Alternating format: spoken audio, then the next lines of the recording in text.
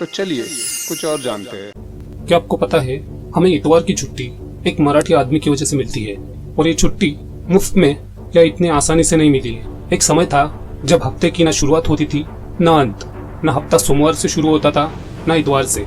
दरअसल कामकाजी लोगों को हर दिन काम करना पड़ता था और हफ्ते के अंत में छुट्टी, ऐसी कोई व्यवस्था नहीं थी। आज के समय में तो हफ्ते की छुट्टी ये तो बस एक कॉमन बात रह चुकी है। कई जगह तो हफ्ते में सिर्फ 5 दिन काम करना पड़ता है। लेकिन आपको ये पता है कि ये संडे की छुट्टी हमें कब, कैसे और क्यों मिलनी शुरू हो गई? दरअसल इसके पीछे बहुत बड़ा इतिहास है। दरअसल इस छुट्टी के पीछे कई लोगों की कठिन लड़ाई और संघर्ष के बाद ये छुट्टी हमें मिली है। रविवार के दिन लोग अपने घर में बैठकर आराम करते हैं। इसका पूरा श्रेय नारायण मेघाजी लोखंडे को जाता है। दरअसल ये वही आदमी है जिसकी वजह से हमें रविवार की छुट्टी मिली है।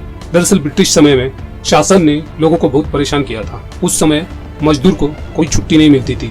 हफ्ते के 7 दिन उन सबको काम करना पड़ता था। उस समय नारायण जी कामगारों के नेता थे।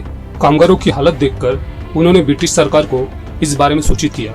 इसके साथ ही हफ्ते में 1 दिन छुट्टी देने की बात की, लेकिन ब्रिटिश सरकार ने उनकी इस बात को खारिज कर दिया।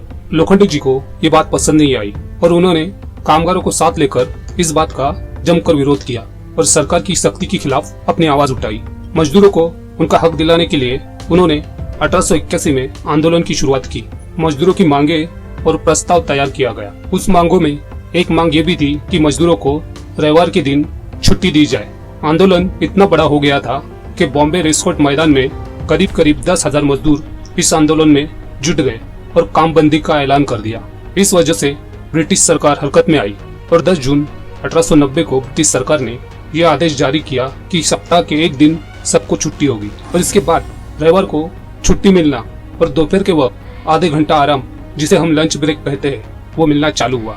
आज के वक्त हमें रविवार की छुट्टी बस यूं ही फिजूल लगती है, पर एक समय था कि उस वक्त उस छुट्टी के पीछे कितने आंदोलन हुए, इसका इतिहास किसी को नहीं पता।